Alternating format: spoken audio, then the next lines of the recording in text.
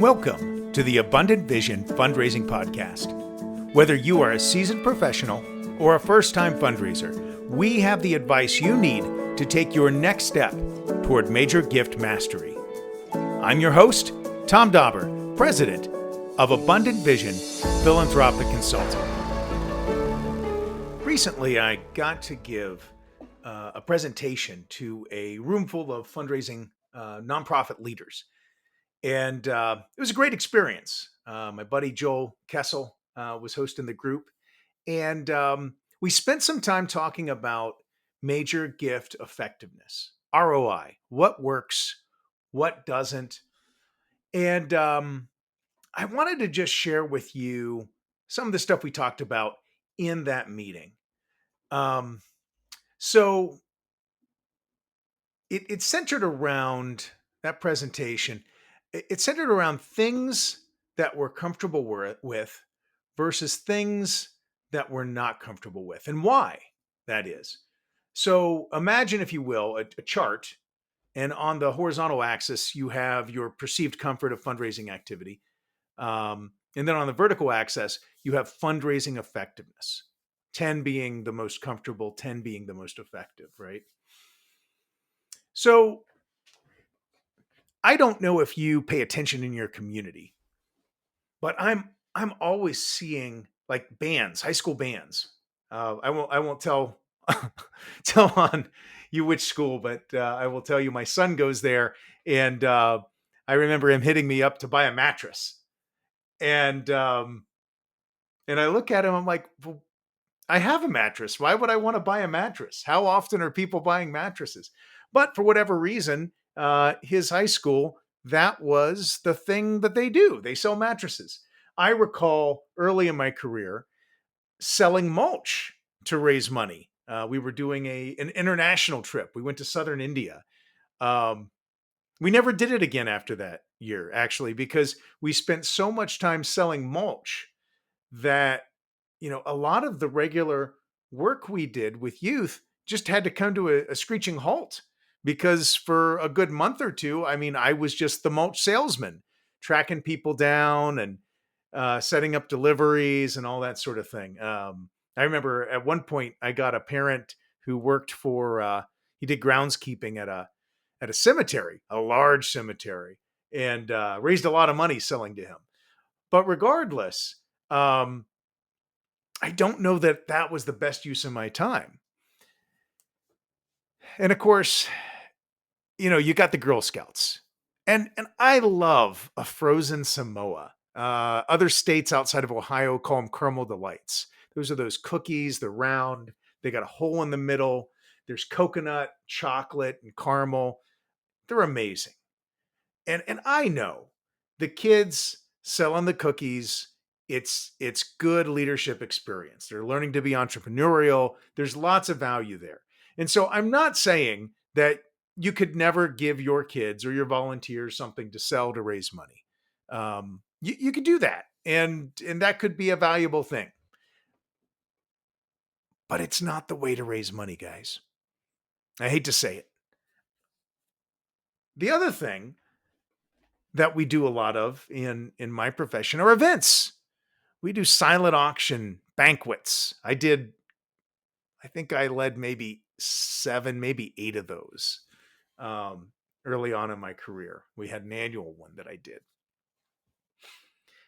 Ultimately, when you look at an event, and I've mentioned this before in this podcast, but I'm going to keep saying it till people do what I ask. You need to not just look at your fundraising event gift receipt total and compare it against your expenses. You need to add up the personnel hours involved, including the volunteer ones, and assign a dollar per hour value to those hours. And then include that in your tally. And then you tell me if you really made money. Maybe you did. Now, again, there are ways to do this that can be more effective than others. The Benavon model that's out there is an effective way to do it. I've seen that work well for an organization that is near to me and dear to me.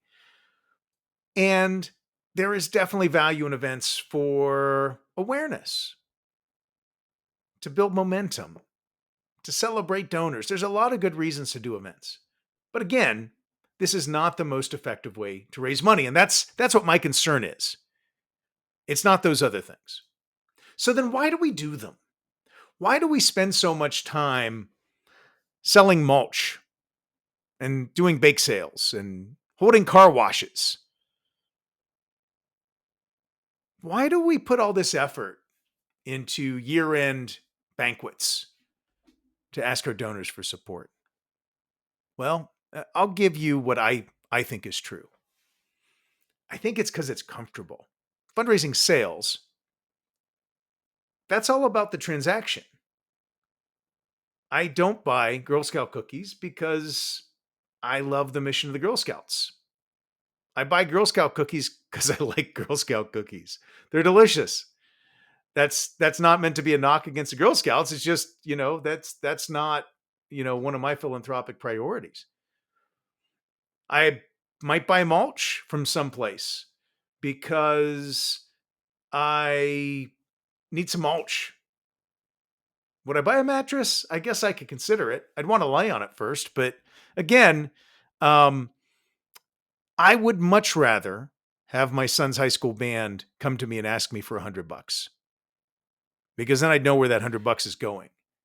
That's the other thing with these sales is a large percentage of the profit is not going to the organization. It's going to the company that manufactures the pizza or the frozen pizza. I did that for a long time too.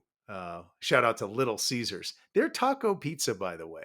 I don't know if they still make it, but they used to have a frozen like taco pizza that was delicious. It was so good. But you're making somebody else rich, and it's not the organization, right? But the reason we do these sales is because we're comfortable with transactional experiences. We have them every time we go to the grocery store. I need some strawberries. I'm going to give you money. You're going to give me strawberries. And I know you're going to make a profit because I want the store to stay open. I don't mind that. We do the thing that we're most comfortable with. We take the path of least resistance. I don't need to take it personally if someone says, nah, I don't need any strawberries today, right? Now, fundraising events too. We have a comfort level for events because people like parties. We throw birthday parties for people. We throw anniversary parties for people. We have holiday gatherings. We do events. We do dinners. We go out together. You might even consider that thing where you go and you get all your buddies together, your friends, and you do $1,000 of business at the local restaurant, and then they give you like, I don't know, $100, right? That and you feel like, oh, I've raised some money. Well, not really. You've just helped the bottom line of your restaurant, and they threw you a bone there. But fundraising events, we're comfortable with them because we like parties. We've got a category for it. Tom Dauber here for Abundant Vision Academy. Are you a nonprofit leader who's new to fundraising? Are you feeling crushed by your fundraising goals and not sure how to find success? My online class, crafted from my 25 years of experience and more than 5,000 donor meetings, Abundant Vision Academy will give you the confidence and understanding you need to start building relationships with donors and having gift discussions in just 110 minutes. You'll get 14 videos covering all the topics you need to find success in fundraising. You can take it at your own pace and can watch as many times as you'd like. This is one of the best deals in fundraising continuing education you can get today. To make sure you get off to a strong start in 2024, I'm offering a 50% discount to anyone signing up for my course this spring. That's a $375 value. Enter the coupon code SPRING2024 at checkout to claim your 50% discount. That's SPRING 2024. Head on over to thomas-dauber-s-school.teachable.com and click on Abundant Vision Academy to get your discount today. The link is in the podcast description. Now, when we think about other things we could do, there's annual campaigns, there's emails that we could send, there's social media blasts, there's GoFundMe type approaches. Um, People do those, and they do raise some money. And again, annual giving is valuable. It's a great way to begin to get a sense of who cares about your organization. But that isn't going to be, or at least it shouldn't be, 90% of your fundraising strategy for annual success, right? But why do we do it? Well, you ask a whole lot of people for something small. It feels safer because I'm not in front of anyone. No one's looking me in the eye and saying, "I would never support your organization," or "I don't have the money right now." There's no sense of personal interaction, and for the asker, there's no sense of personal rejection when they say no. It feels safe, and so we do it. But again, this is not the best way to raise money. I mean, there's an organization that I love to support. They mean a lot to me. They do very, very good work. And they've decided, I've heard them talking about this. They've decided that they're not going to raise money any other way than crowdfunding. And I hurt for them when I think about the potential for fundraising that they're just turning their back on, because they're never going to raise as much money asking everyone for a gift. What I mean, this is something I learned a long time ago. If you're facilitating a group, like a small group conversation, and you just throw a question out there's a pretty good likelihood that no one is going to respond. And that's because a question to everyone is a question to no one. Everyone else is going to think, oh, the guy next to me is going to answer the question. And giving's the same way. Well, I don't need to respond when my alma mater sends me a request for money, because there's 5,000 other people in my class, and one of them will give. It's fine. And if you do get a gift, it's usually small. $5, $10, maybe $100 if the person's fairly generous. But you're not going to get the person's best gift. It's not going to be a stretch for them. They're not going to be looking at their budget and saying, "Oh, what can we sacrifice so that we can make our annual gift this year in response to your giving letter." Now, the next thing up the chart, and these are purely um, based on my thoughts and feelings. This is not a fact based chart that that I created, but just on my experience. I would put grant writing shortly behind that. And so what I mean is, in terms of being a little bit less comfortable, but a little bit more effective.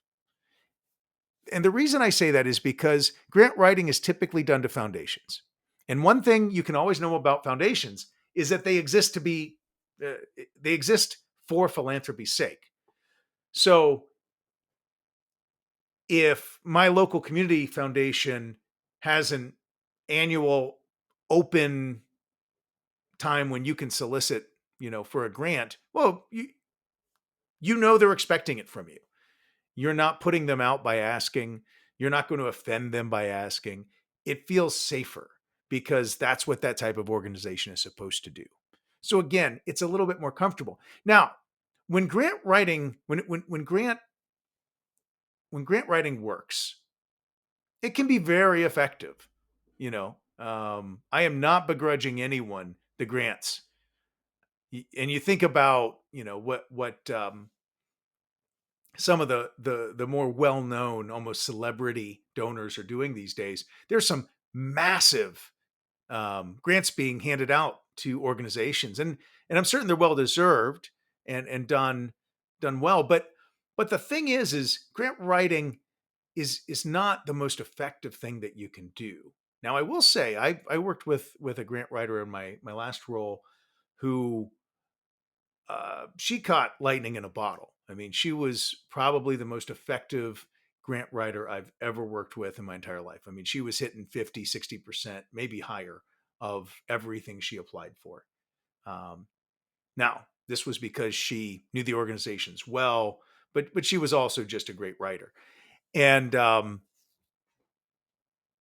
and was having success. But I'll say for most of my career, when I've looked at grant writers, I've seen people that were maybe pulling in 5 to 10%, maybe more, but of the gifts they're soliciting. So you make up for it in volume. You ask for you write lots and lots of grants, right?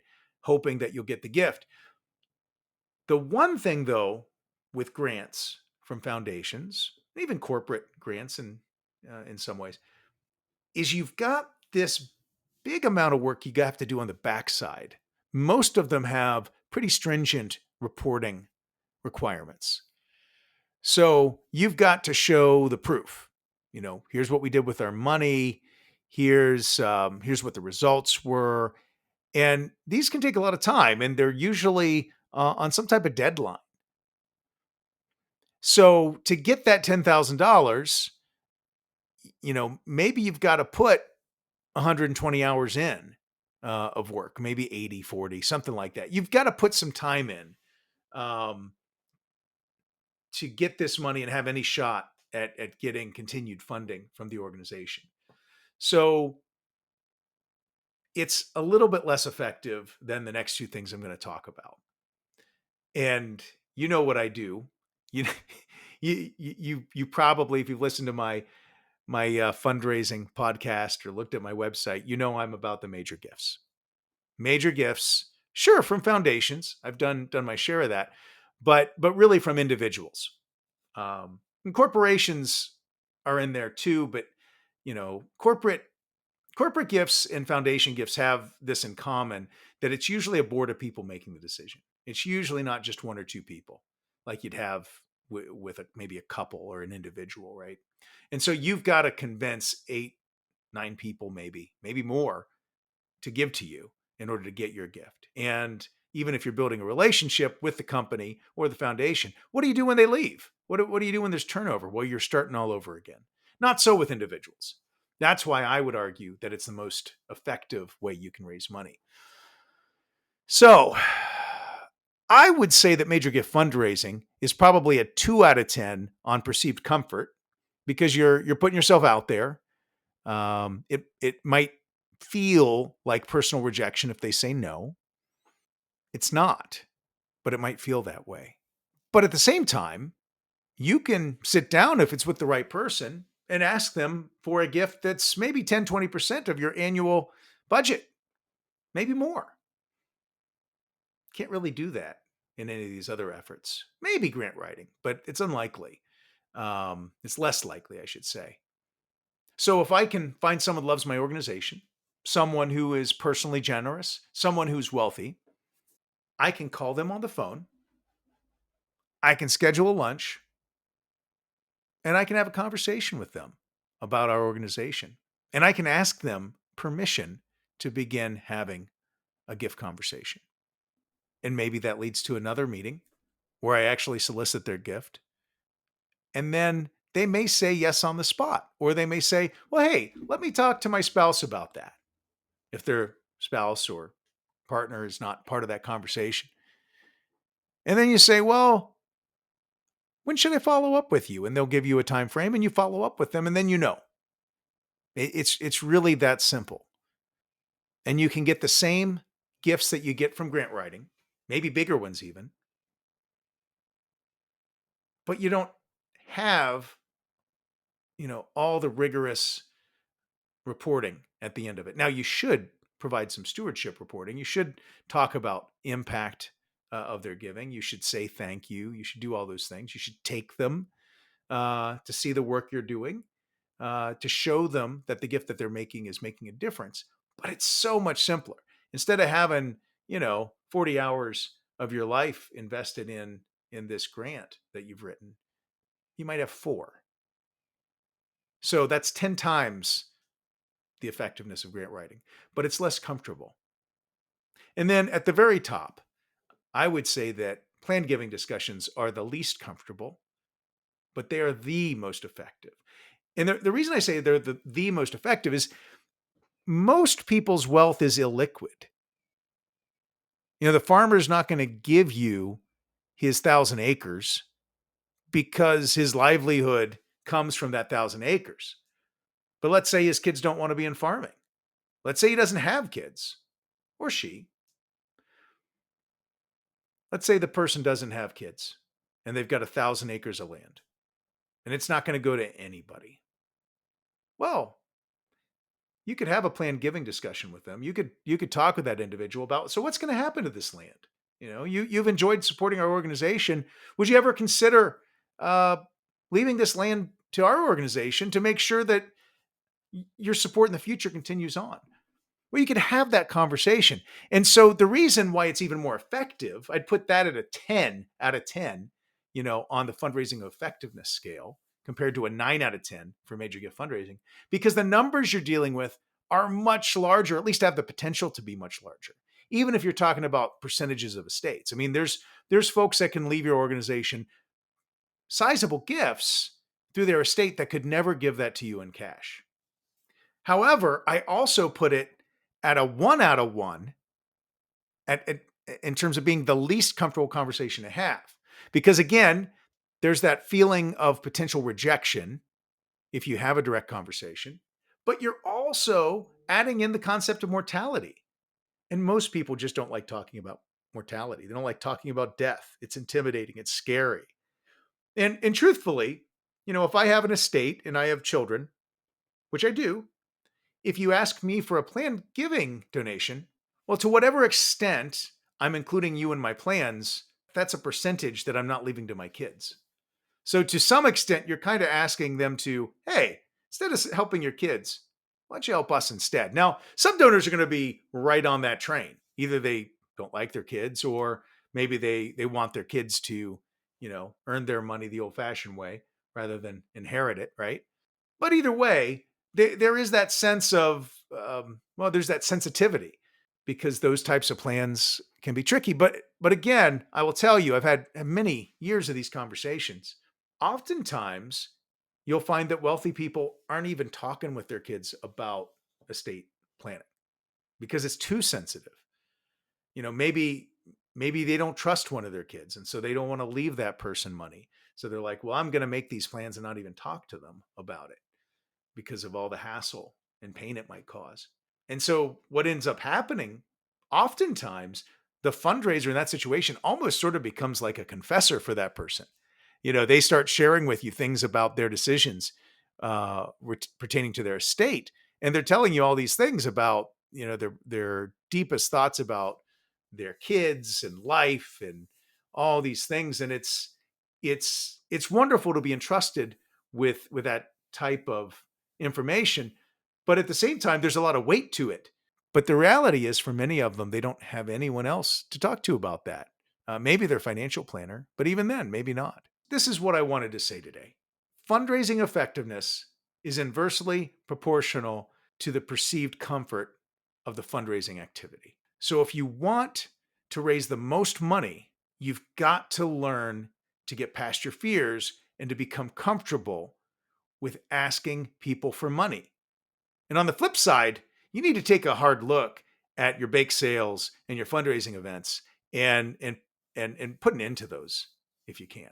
Because that, in terms of solely fundraising efficiency, it's a terrible use of your time. It may have other values, but it's not great for fundraising. So if you're interested in that, come talk to me. I can teach you how to do it. Really, it's the sort of thing where anyone could do it. It's just a matter of doing it a lot. I've done it a lot, and I'm comfortable with it now. And you can be too. So anyway, that's what I've got for this week. Look forward to talking with you again sometime in the future. If you've enjoyed this podcast, please be sure to subscribe and give us a 5-star rating on your podcast provider. As always, I'm your host, Tom Dauber. Thank you for joining me as we journey together toward major gift mastery on the Abundant Vision Fundraising Podcast.